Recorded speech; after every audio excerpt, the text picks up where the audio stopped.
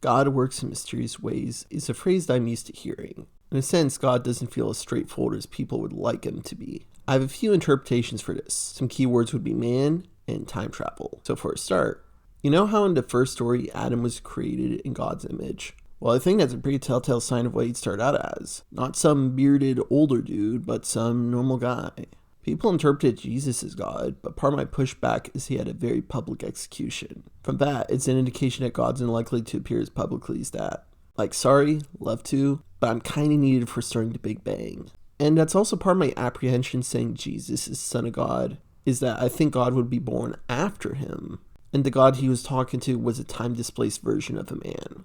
Which leads me to time travel. Think of there being two sections of time relative to God. Time before God, the man was born, and time after he was born. So at some point, maybe after thousands of years, the man would have to go back in time and start the Big Bang.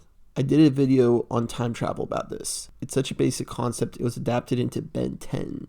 In the conception of heaven, that's more time travel God to scoop up souls. Heck, time travel God's probably working with a bit of a predetermined script. You know, just have a copy of a Bible ready for certain points. Most publicly published book, am I right?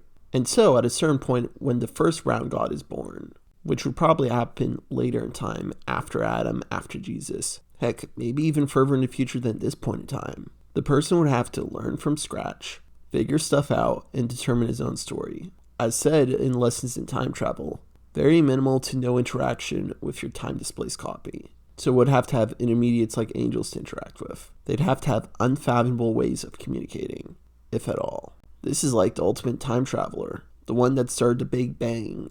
All this would probably mean that once round one God is born, time traveler God could step back a little more, and the main dude could figure out stuff on their own. Can't go to heaven or hell, just keep chugging along, help humanity cross its course. And when both sets are all done, eventually return for garden. Anyway, cheers.